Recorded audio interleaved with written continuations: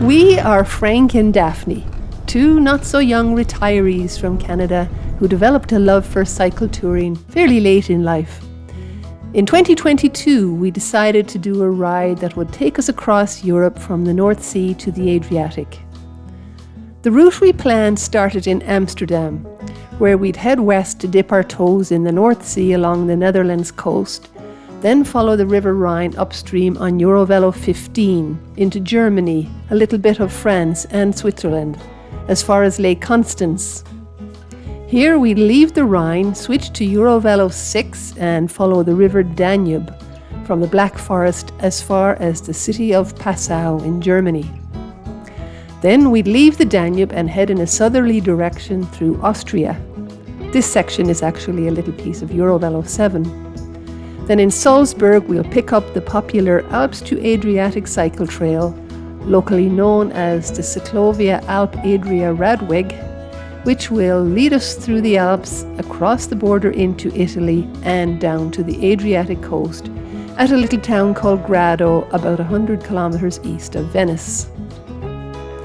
So we hope you'll come along with us on the ride and join our adventure and see how we get on as we share this journey over several episodes.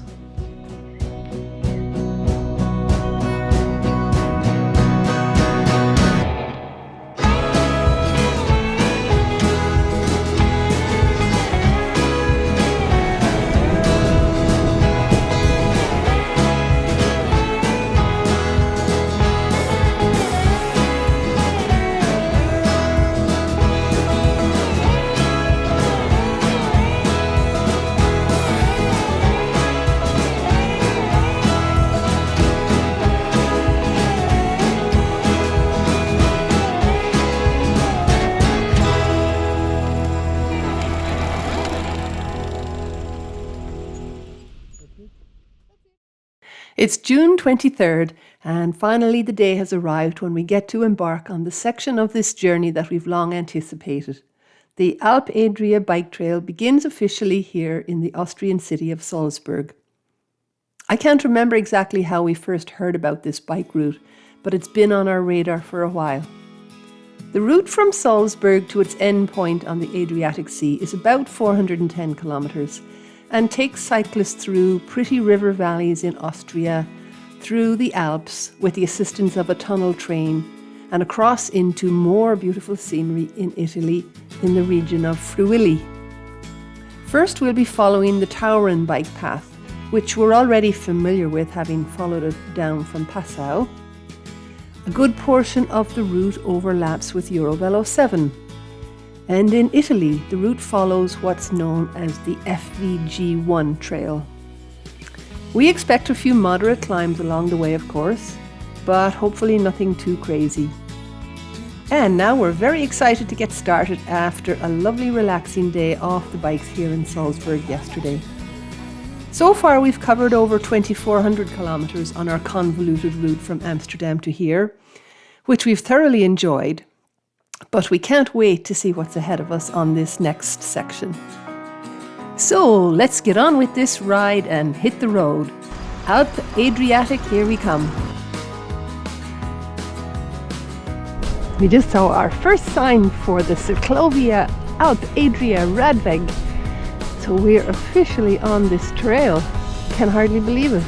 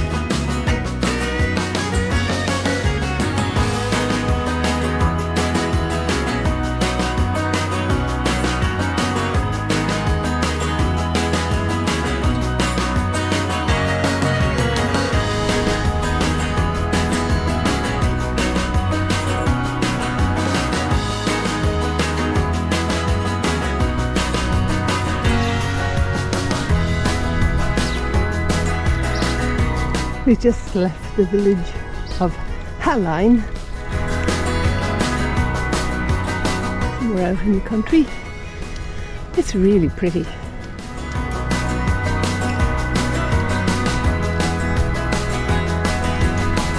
Great smells.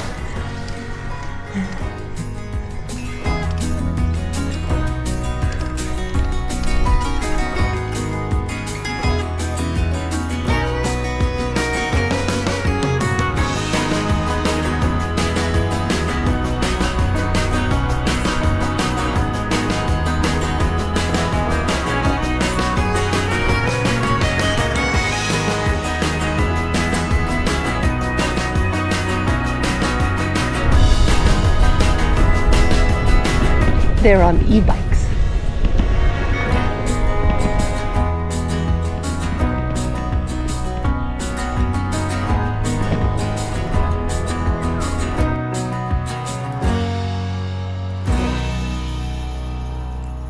At this point, we're south of the town of Hallein, near the little community of Kuckel.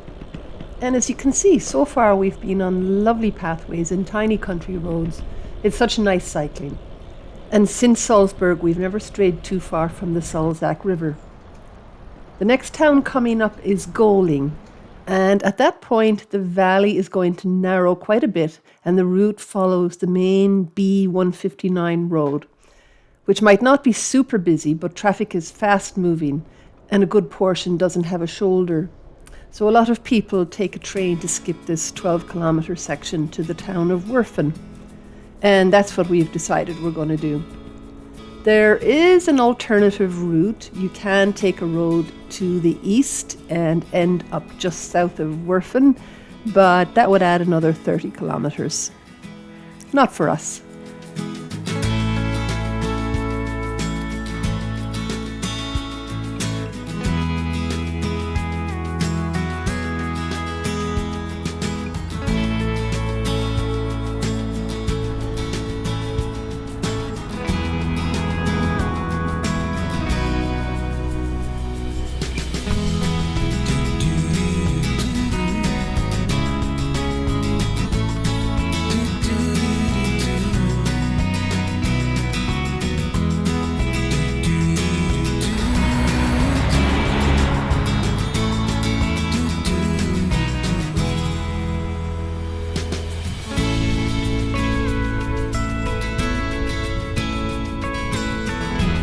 This is Golling.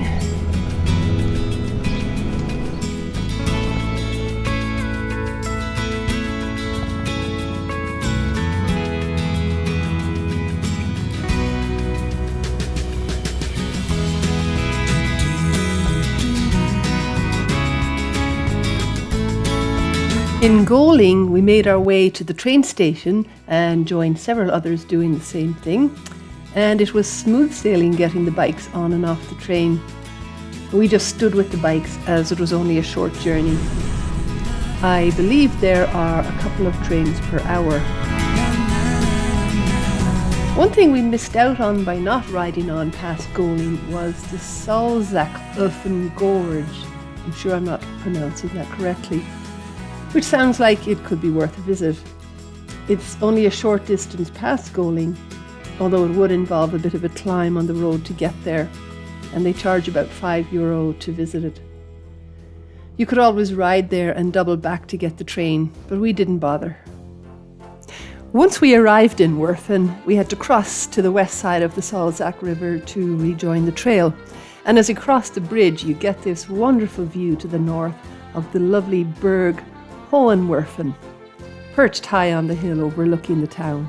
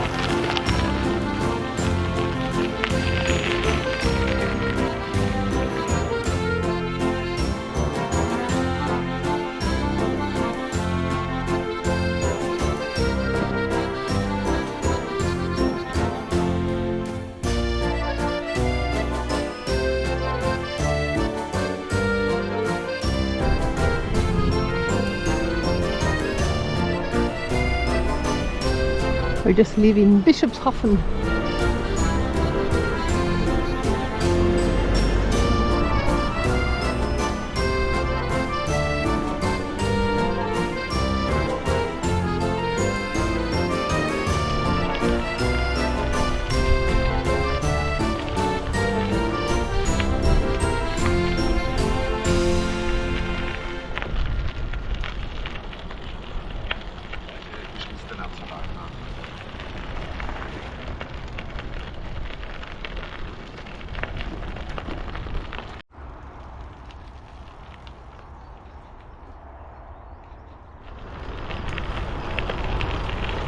We've done 47 kilometers so far, and we've at least a few more till we get to St Johann, and we're hoping to find camping there.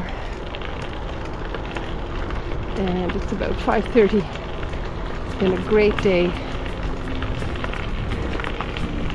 We were aware of 2 possible campgrounds in St Johann, and we ended up at the one on the east side of the river called Kastenhof, and it had a lovely separate little grassy area for tenters and did us very nicely. Okay.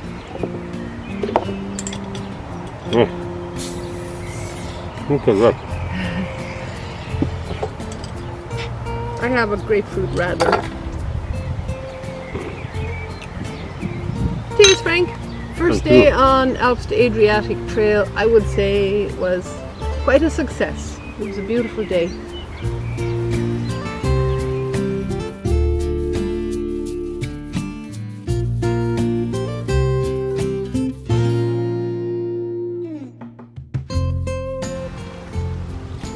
Dinner tonight in camp is salad with hazelnuts and yogurt dressing and pasta with pesto and shrimps, and we have wine, and we're the only tenters in the campground. So we ended a brilliant first day on the Alpe Adria Radweg in this very scenic Austrian mountain setting. Gosh, it kind of makes you want to break into song, doesn't it?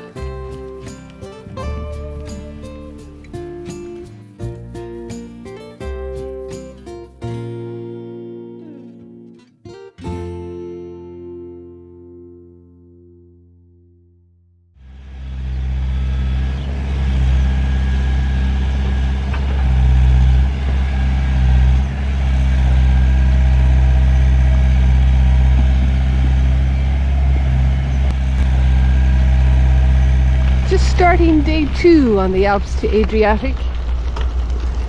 Just leaving St Johann and our campground. It's much cooler today, some low cloud, rain forecast for the afternoon. Beautiful surroundings.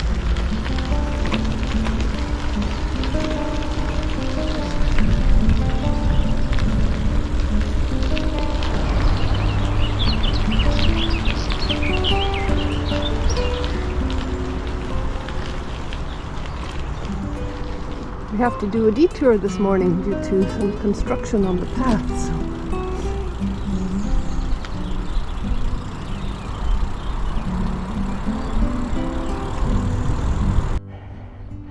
This is a hell of a push coming out of Salzach. It's not so steep now, but farther back. Woo! That's hard work. Actually, this steep bit was just as we left the community of Schwarzach, and it felt really tough because I think it was so early in our day and we hadn't had a chance to warm up.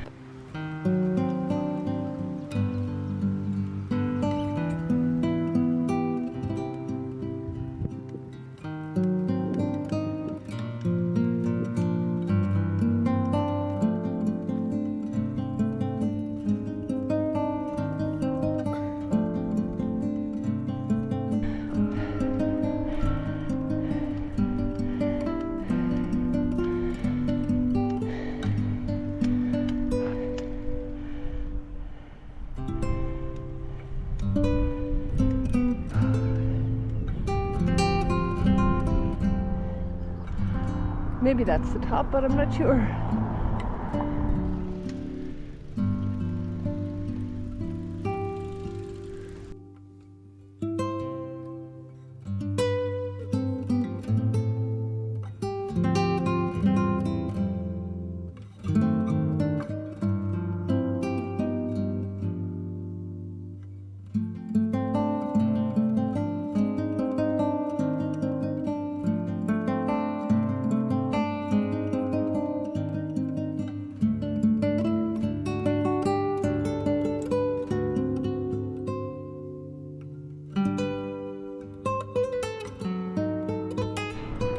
I hope we're at the top.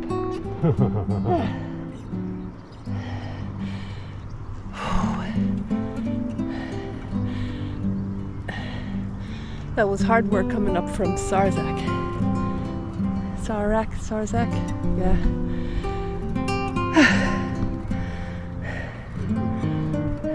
We haven't started yet.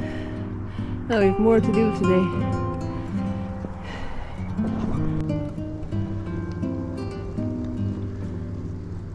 So that is still the Salzach River way down below us here.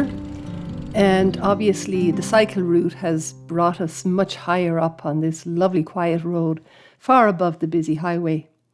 And although it's been a bit of work to get here, just look at the rewarding views we have now. This really hard part of climbing ended at this reservoir shown on the map. In reality, as far as I can remember, the reservoir was almost empty and not very attractive, hence I didn't even film it. But this lovely road continued with a few more ups and downs, offering great vistas until it eventually started to descend gradually towards the river and the main road.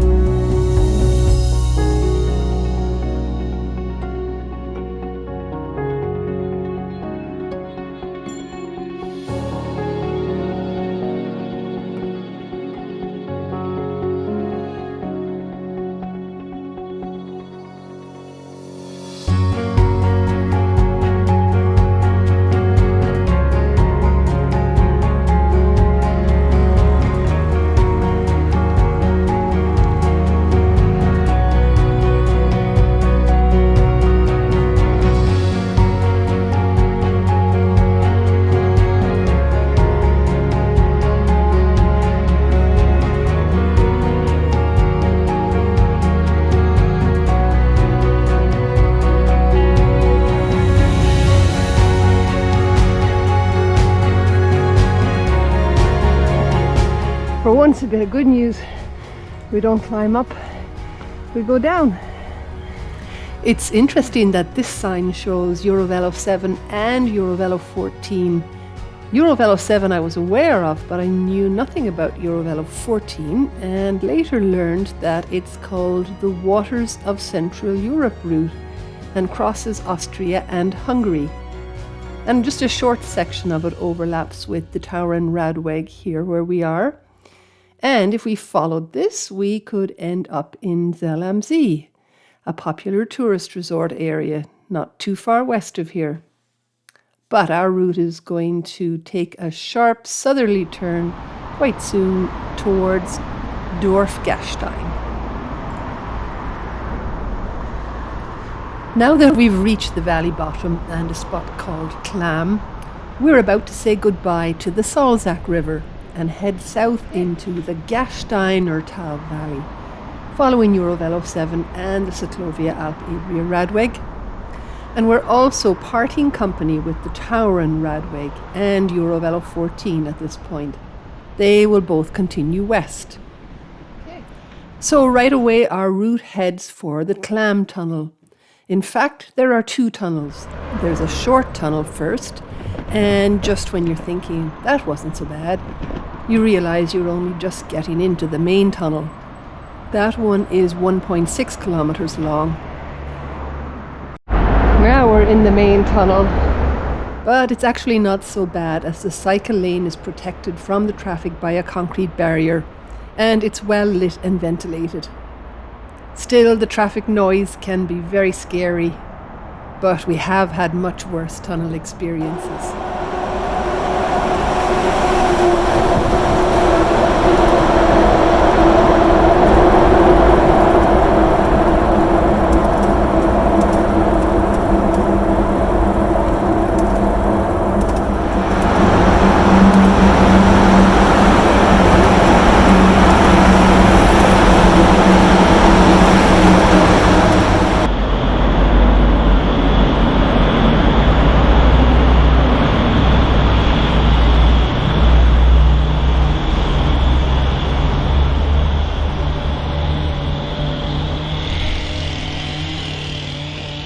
Not long after that big tunnel, we entered another shorter tunnel, but this one is exclusively for cyclists and pedestrians.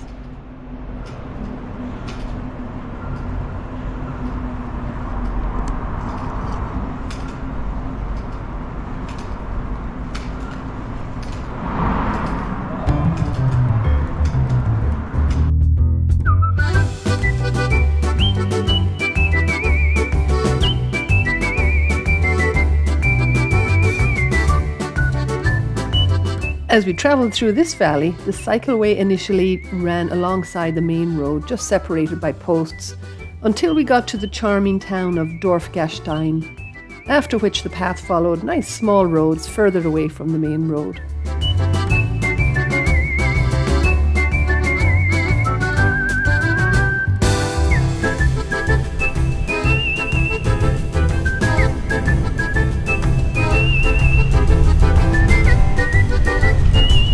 That wind is not in our favor.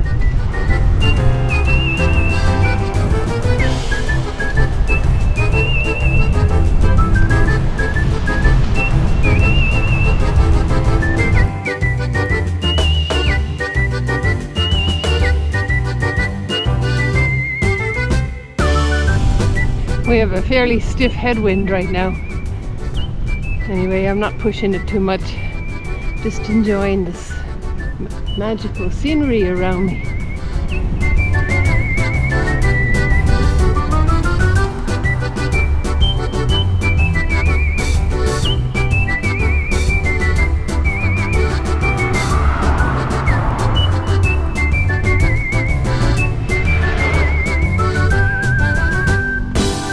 We're just leaving Bad Hofgastein on our way to Bad Gastein, or the outskirts of it, where we are aiming for a campground. There's Bad Gastein off in the distance. We were aware of a couple of campgrounds in between these two bad towns, and we aimed for the first one, called Bertahoff, and it turned out to be excellent. So dinner tonight is mock caprese salad, because we had no basil, but we have some organic greens, and pan-fried salmon with dill on a bed of noodles and pesto, and some local Austrian wine tonight, and a lovely mountainous backdrop. Today wasn't a big mileage day, but we did climb quite a bit, and we sure had great scenery. And just before we say good night, a quick look at what's ahead of us tomorrow. Here's where we are, and that's what we have to ride.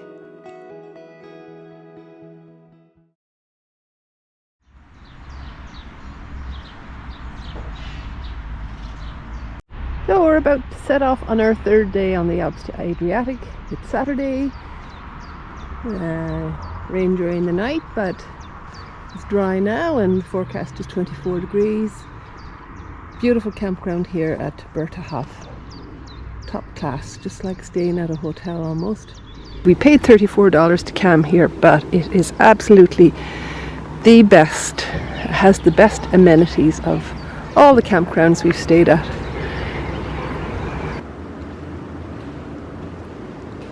And the showers are the absolute best we've seen. Spacious, you've got your own sink, a stool, which is a lovely touch. This is the beautiful kitchen with multiple dishwashing stations. It's very bike friendly. Have a nice sheltered area with tables and benches for us. And we haven't seen this before, but this is a charging station which you have to pay €2 to use. After a quick air top-up at the convenient bike station at the campground, we were on our way to tackle the climb up to the spa and ski resort town of Bad Gastein.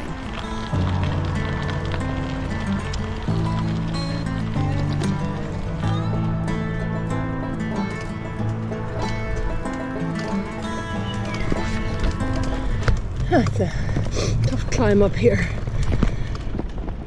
but bit by bit we'll get it done. There goes Frank. He's so strong.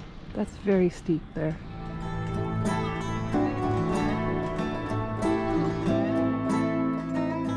I just stopped to catch my breath at St Nicholas Church on the way up. But I should have probably taken the time to step inside to see its frescoes that date from the second half of the 15th century.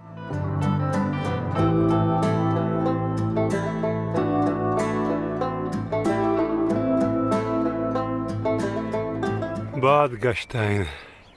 From the bottom, from the campground, up, up, up. Look at her. She's climbing like nothing. She actually likes up hills. The town of Bad Gastein has an interesting history. It first rose to prominence as a gold rush town in the 16th century, and much later as a spa town that attracted emperors and empresses in the 19th century, when a lot of very grand hotels were built to take advantage of the healing properties of the thermal waters here. Some of those hotels have been renovated today, but there are some that are very dilapidated and empty. Parts of the town are still quite charming, and the Gasteiner waterfall plummets down 340 metres through the town in 3 stages to the valley bottom down below.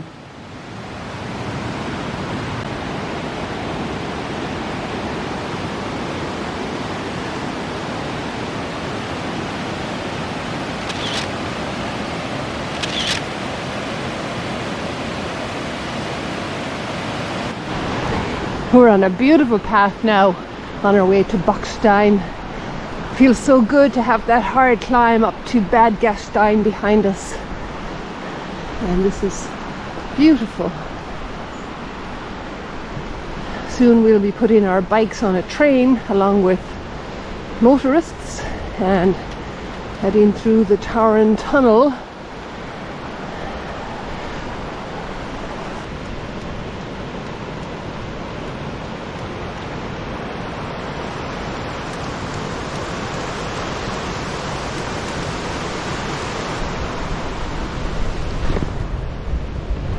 We should be very close now to the train station. There didn't seem to be a ticket office at the station building. Instead, you go past 200 metres to the AutoCast booth and buy your ticket there. And there doesn't seem to be any system for pre-booking bike places. So we just got ourselves our tickets to put the bikes on the train at the AutoCast, except there was a person there. And we're not sure when the train's coming, but we're in no hurry. It was back in the late 1800s when it was recognized that a rail link was needed for the transportation of goods between the industrialized north of Austria-Hungary through the Alps to the empire's port city of Trieste on the Adriatic Sea. Getting through this high Tauern mountain range ahead of us here was of course a major challenge for the project and required a 5-mile-long tunnel. Excavations began in 1902 and the tunnel was completed in 1906, with the official opening of the railway attended by Emperor Francis Joseph himself. We're hoping that we'll fit through this door without having to take all our panniers off. That would be a real pain. Just got our bikes all strapped into the train now, and we leave them and go take a seat. We are in. We're in, we're on the train. Shoot 20.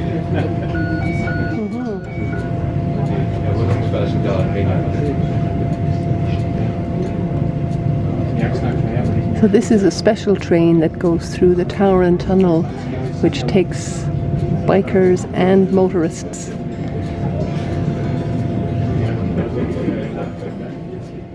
The Autoschluss, or motor rail shuttle train service, began during World War I and continues to this day, of course, using specialised trains. Those years have seen many upgrades, not least the evolution from steam to electric. I know it's not the only long tunnel to have been built through the Alps, but to me it's still mind-boggling how these tunnels are engineered.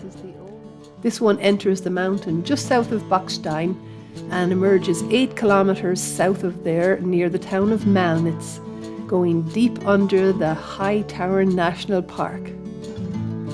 Nowadays it provides an important service for cyclists on the Alpe Adria Radweg.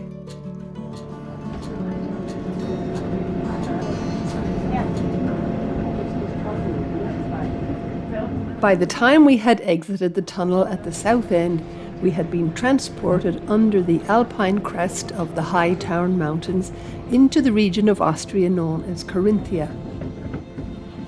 A few minutes later we were unloading in the town of Mallnitz, a beautifully located high mountain village and popular ski resort in winter.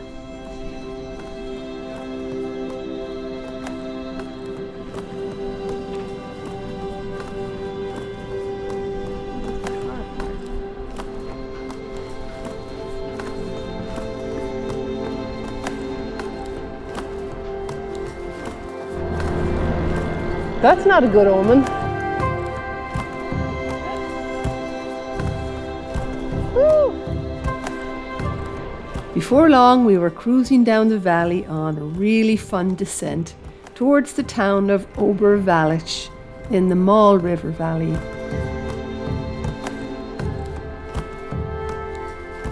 And although this part of the route is on the road, all you have to do is wait a few minutes for the cars unloading off the train to go ahead, and then you almost have the road to yourself.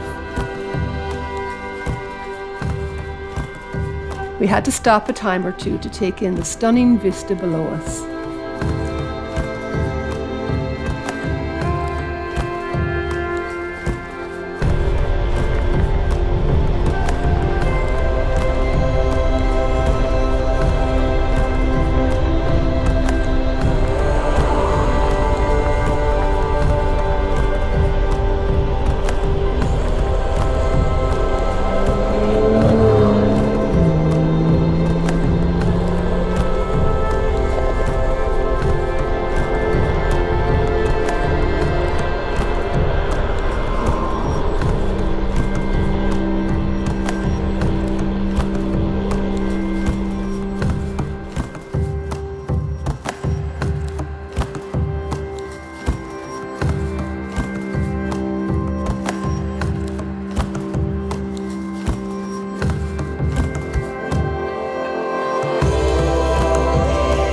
That descent from the train was so much fun. It's about 8 kilometers and you drop about 500 meters before reaching the town of Obervellach.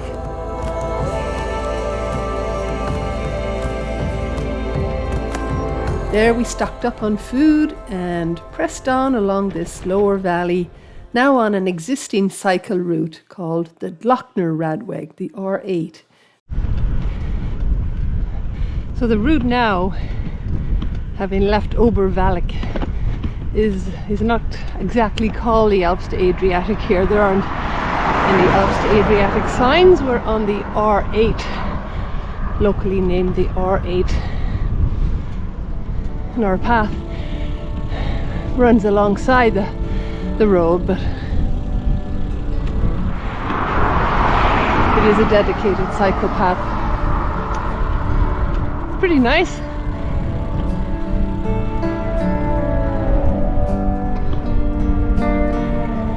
We stocked up on groceries because tomorrow is Sunday and everything might be closed. So we're a bit heavy at the moment, but we're not expecting any major climbs.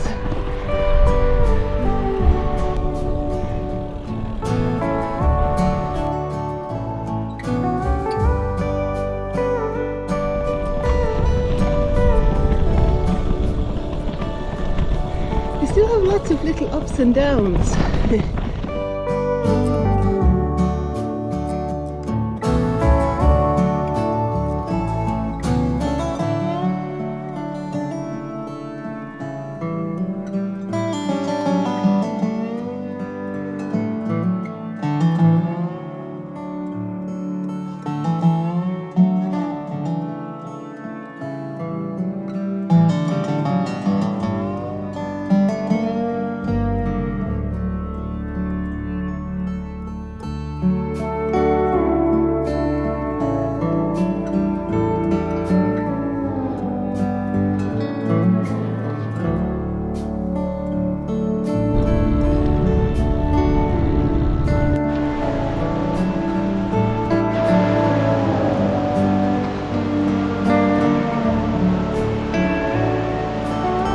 Beautiful bit of road. Back in the agricultural zone again, but with mountains still in view. Yeah. About 20 kilometers from Obervellach, we reached the village of Mollbruck, where we found a nice quiet campground. And once again, we were the only cyclists in the campground. This village marks the point where the Moll River joins the Drava River, or Drau in German. And that's going to become our companion tomorrow, when we will begin heading for Spittal and the larger town of Villach.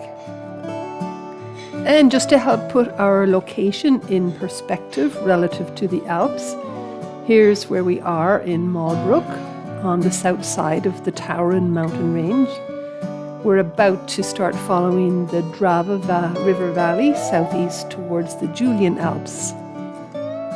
So we are almost through the Austrian Alps already. But there's lots more mountain scenery ahead of us as we head towards Italy.